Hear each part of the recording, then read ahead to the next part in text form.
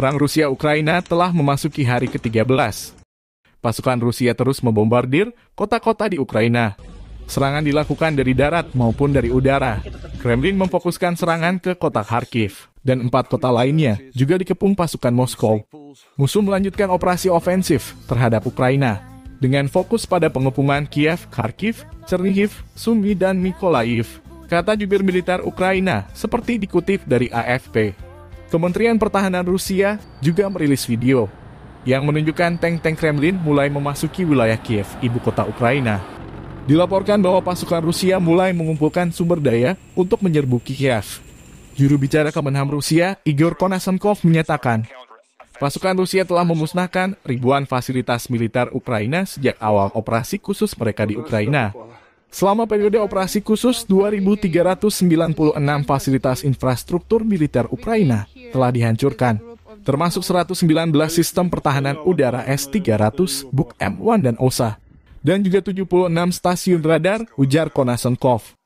Angkatan bersenjata Rusia juga menghancurkan 827 tank Ukraina, termasuk 78 drone tambahnya.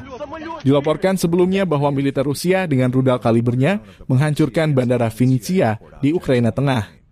Kementerian itu mengonfirmasi bahwa lapangan terbang Angkatan Udara Ukraina di Vinnytsia sudah dihancurkan oleh senjata presisi tinggi dari Angkatan Bersenjata Rusia.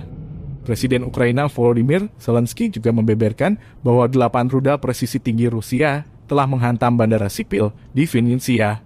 Kremlin juga mengumumkan hampir seluruh pesawat tempur Ukraina sudah dihancurkan selama operasi militer Moskow.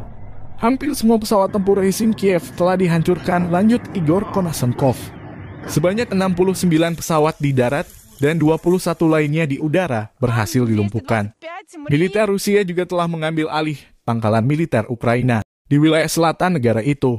Tentara Rusia telah menguasai pangkalan militer Angkatan Bersenjata Ukraina di dekat desa Radensk di wilayah Kherson, isi pernyataannya.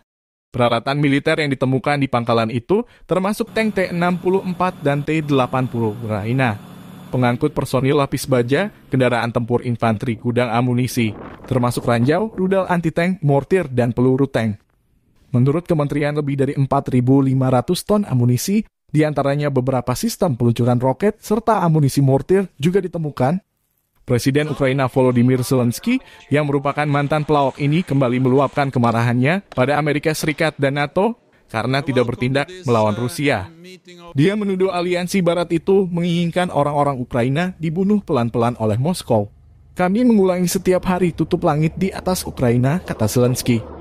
Jika Anda tidak melakukan itu, jika Anda tidak memberi kami pesawat, agar kami dapat melindungi diri kami sendiri. Hanya ada satu kesimpulan, Anda juga ingin kami dibunuh secara pelan-pelan, ujarnya. Namun sungguh malang, NATO menolak permintaan Ukraina untuk menerapkan zona larangan terbang di wilayahnya.